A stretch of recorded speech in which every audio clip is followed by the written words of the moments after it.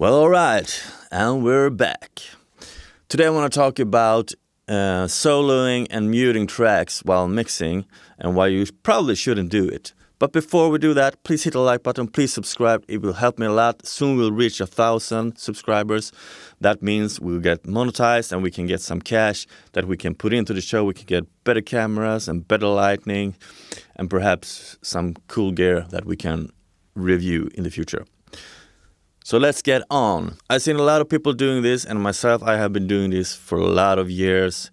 And today I have discovered that probably wasn't the smartest move to ever make. So we can all agree that is an airplane going out. So we can all agree that the vocals is the most important thing in a track, in a song. And most of us, we start, of course, mixing the kick drum. It makes no sense. I think it was Bob Claremont that was talking about it, and I agree with him so much. So today I'm mixing the vocal first. I'm just making sure the vocals sounds the best it can. And then I'm mixing everything while listening to the vocals. Now this means that I don't go in on each track and solo it. I just put up the vocal faders and I try to make it sound like a vocal. And then after that, I just raise all the faders. And instead of, let's go in, I need to fix some EQ and compression on the kick or snare or whatever. Instead of soloing that channel, I would just raise the fader so it's a little bit higher than all the other channels. But you can still hear all the channels. Because it's really important, when you're tweaking a sound, you're tweaking it to sound good with other sounds. And when you're soloing, you're not hearing how it sounds compared to all the other tracks. So instead of muting all the tracks and soloing one track, raise the fader. If we say like a snare drum, make the snare drum a couple of dB higher than all the other, so you can still hear kind of good what you're doing, but you hear it in comparison to other channels. Because that's a big thing when mixing. And this goes with all the channels. It doesn't matter if it's kick drum, snare drum, overheads, if it's guitars, bass, doesn't matter. It doesn't matter what track I'm mixing.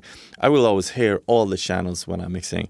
The first time I heard someone talk about it was Bob Claremont, and to me it just made sense. So that's what I've started doing, and it's make a huge difference than before.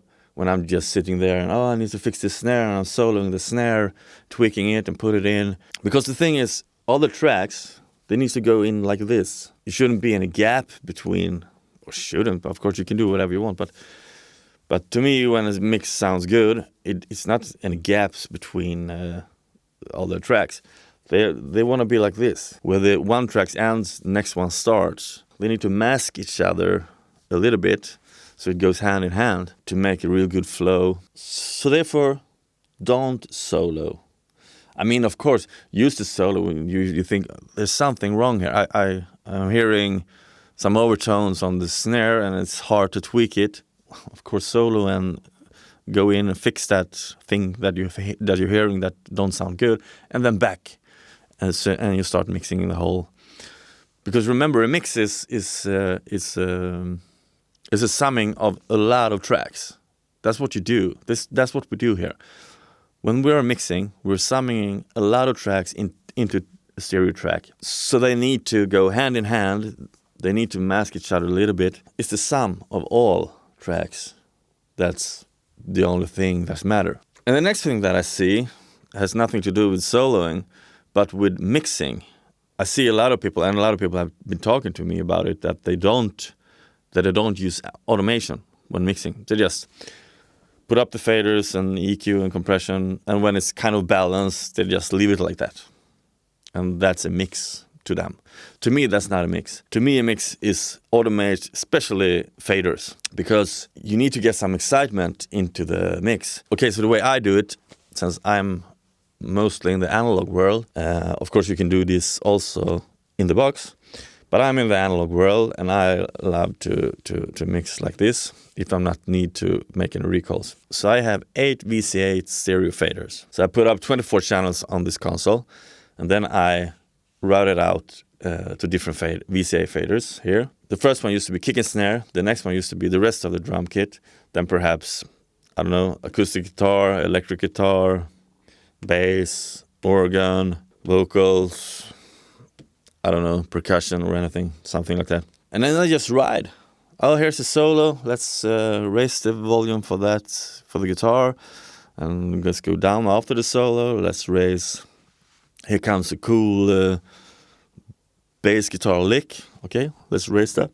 And then I'm just riding the faders up and down, through all the mix. And I think this is something that actually separates people that actually knows what they're doing and people that don't know what they're doing. Because if you're just gonna put up faders and make it flat, that's not a mix.